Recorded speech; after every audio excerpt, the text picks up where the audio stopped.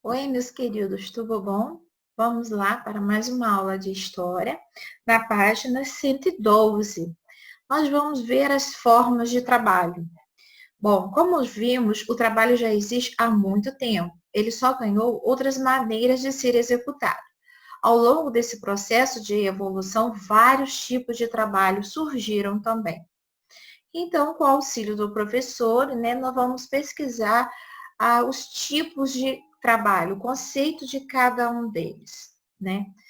Na letrinha A, número 1 na letrinha A, o trabalho escravo. Como que era o trabalho escravo? O conceito do trabalho escravo. É um trabalho compulsório, ou seja, obrigatório, e não comporta remuneração, não paga, não vê dinheiro. Sendo que o escravizado ele é considerado propriedade daquele que o escraviza, tá? É o que nós vimos, né, na nossa história do Brasil, né? Lá desde Dom Pedro, os escravos, né? Tanto que teve a Lei Áurea, né, assinado pela princesa Isabel para a libertação dos escravos. Então, eles não recebiam, eles trabalhavam de graça, né? E, nossa, eram muito maltratados. Nós temos o trabalho servil, na letrinha B, que era um trabalho realizado por camponeses para os donos das terras, os chamados senhores feudais. Trabalho voluntário é um trabalho no qual se escolhe o que fazer, mas não há remuneração em contraprestação. Quer dizer, eu vou fazer um trabalho voluntário. Eu vou sair daqui e vou lá ajudar, vamos supor que houve um terremoto em um país, né, e precisou da ajuda, de estar auxiliando as pessoas que perderam suas casas. Então, estou fazendo um trabalho voluntário, eu não vou receber nada, né? Não vai ter governo nenhum que vai me pagar. Eu estou indo porque eu quero, tá? E aí nós temos o trabalho assalariado. No caso do trabalho, é importante saber que há contraprestação, ou seja, a remuneração pelaquela atividade exercida, tá? Então, se a pessoa está trabalhando, a outra parte tem que pagar porque ela está exercendo aquela atividade, tá? Na página 113, hoje em dia a maioria dos trabalhadores recebe salário ou outro tipo de pagamento pelo trabalho que realiza. Chamamos isso de trabalho assalariado. Você conhece alguém que já recebe salário pelo trabalho que realiza? Resposta pessoal, tá? E pergunte qual é a profissão e que atividade ela realiza. Você sabia que existem leis para proteger os direitos dos trabalhadores. No Brasil, existem regras sobre quantas horas uma pessoa pode trabalhar, horas extras, férias. Bom, se a pessoa, né, vamos supor, que trabalha no escritório, né, no escritório, e vai lá. Então, você tem que trabalhar 6 horas por dia. Tudo bem, ok. Então, no contrato dele vai estar lá que ele vai trabalhar 6 horas por dia. Se ele passar dessas 6 horas, olha aí, tá falando, ó, hora extra.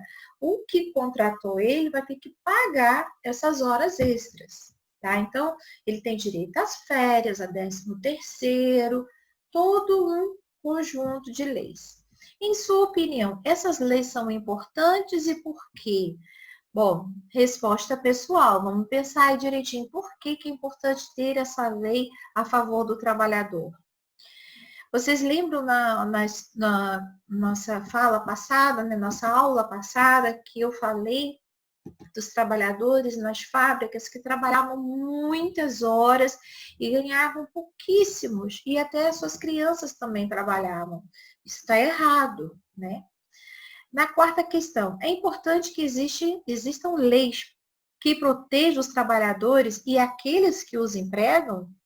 Bom, existe uma necessidade de normas para a regulamentação entre empregados e empregadores, pois antes das leis ocorriam abusos em relação aos trabalhadores, por isso há preocupação de regulamentar as atividades trabalhistas, né? Para que não haja abuso, né, nem de um nem de outro, tá?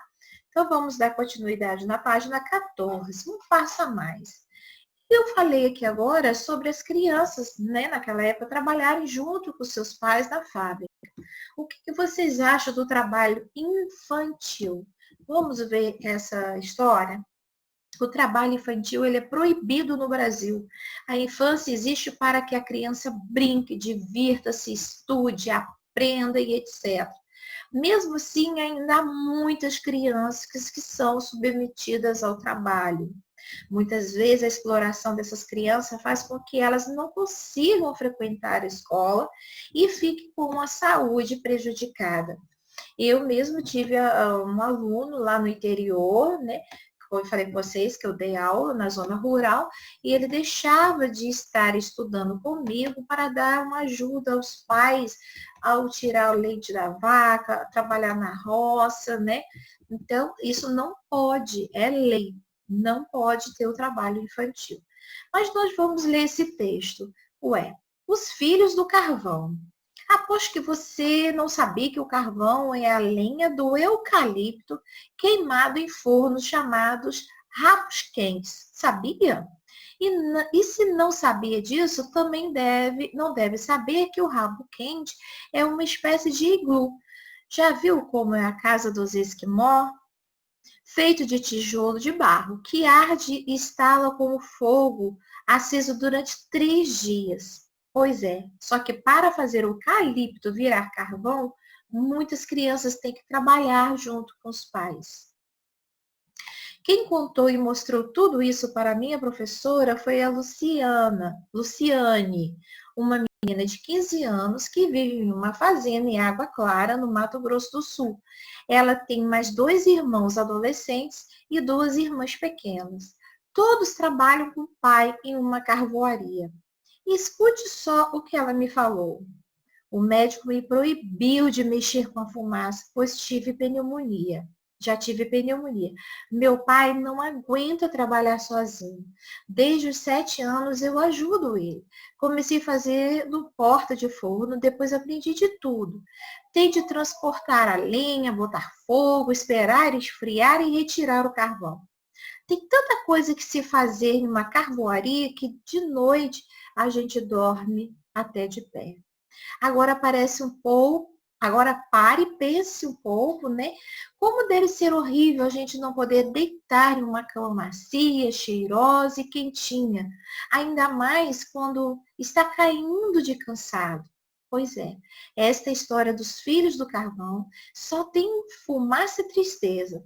Se eu fosse pintar, usaria só lápis cinza. E o preto também, claro, para pintar o carvão e o gato. Sabe o que esse gato preto, entre aspas, o que quer dizer? Ele é um empreiteiro, é o homem que contrata os carvoejadores e depois leva todos para morar em barracas, dentro das florestas, onde estão os eucaliptos que vão virar carvão.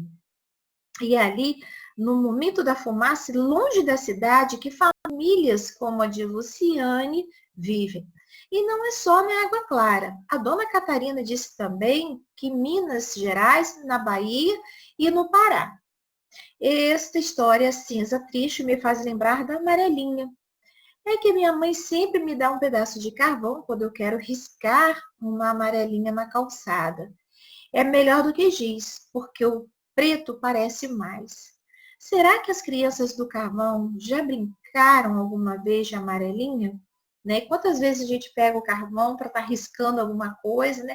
Sobra lá na churrasqueira, né? Ou está dentro do pacote e a gente quer riscar o chão, né? E aqui ela fez a brincadeira da amarelinha, tá? A narradora. Vamos lá para a página 115. Do que o trecho se trata? O trecho trata-se de crianças que trabalham em carvoarias. O que é o rabo quente? É o tipo de forno que tem o formato de um iglu, feito de tijolo e barro, e que estala com fogo aceso durante 3 dias. Nossa, deve ser uma quentura, né? E quem descreveu o trabalho nos fornos do carvão? Foi Luciene, a menina de 15 anos, que vive em uma fazenda em Água Clara e trabalha com o pai em uma caverna. Bom, e quem descreveu esse trabalho, né, no forno do carvão foi Luciane, uma menina de 15 anos que vive em uma fazenda em Água Clara e trabalha com o pai em uma carvoaria. E quem é o gato? É o empresário, né? O empresário, né? No caso, é o empresário, ou seja, o homem que contrata os carvoejadores e depois leva todos para morar em barracas, dentro das florestas, onde estão os eucaliptos que vão ser transformados em carvão, né? Qual é a relação da menina que conta a história com o carvão e a mesma que é a mesma que a das crianças que trabalham na carvoaria? A menina que está contando a história é a mesma da menina que está trabalhando dentro do carvão? Não. Como a narradora afirma, sua relação com o carvão era de felicidade, dá-se na brincadeira da amarelinha. No entanto, as crianças que trabalhavam na carvoaria tinham com o carvão uma relação triste, de sofrimento, pois trabalhavam diariamente, como disse o texto, né? Tão cansados que, né, às vezes dormiam até em pé. Bom, na página 116, na sexta questão, que cores o narrador do texto utilizaria para pintar a história dos filhos do carvão e por quê? Cinza e preto, pois são as cores que remetem à fumaça e ao carvão, né? E por isso, nesse contexto, representa o quê? Tristeza, não tem como outra coisa. Em sua opinião, Luciane gosta de trabalhar na carvoaria junto com seus irmãos e pai? Fica aí, né? Eu acho que não. Em que outros lugares do Brasil há crianças que trabalham com a produção de carvão? Minas Gerais, Bahia e Pará. E a nona, como você se sentiria se tivesse de trabalhar na produção de carvão para ajudar a sua família? Resposta pessoal, tá? Bom, na página 117, nós temos essa imagem, uma criança trabalhando, né? E aí, vamos ver aqui, porque isso aqui vai ser para trabalho, também atividade valendo nota. Como vimos, o trabalho infantil ele é proibido, mas em alguns locais do Brasil ainda é possível verificar sua prática. Escreva uma carta para o presidente da República do Brasil, sugerindo algumas soluções para esse problema. O que você escreveria para o presidente, nosso presidente Bolsonaro, né, sobre essas crianças que estão trabalhando, né, e muitas vezes não tem condições de estarem estudando, né, mas tem que ajudar nos seus lares, porque ajuda na parte financeira, né, é mais um dinheirinho que entra para ajudar na alimentação, no investimento, pagar a conta de luz, enfim, o que vocês vão escrever aí para o presidente?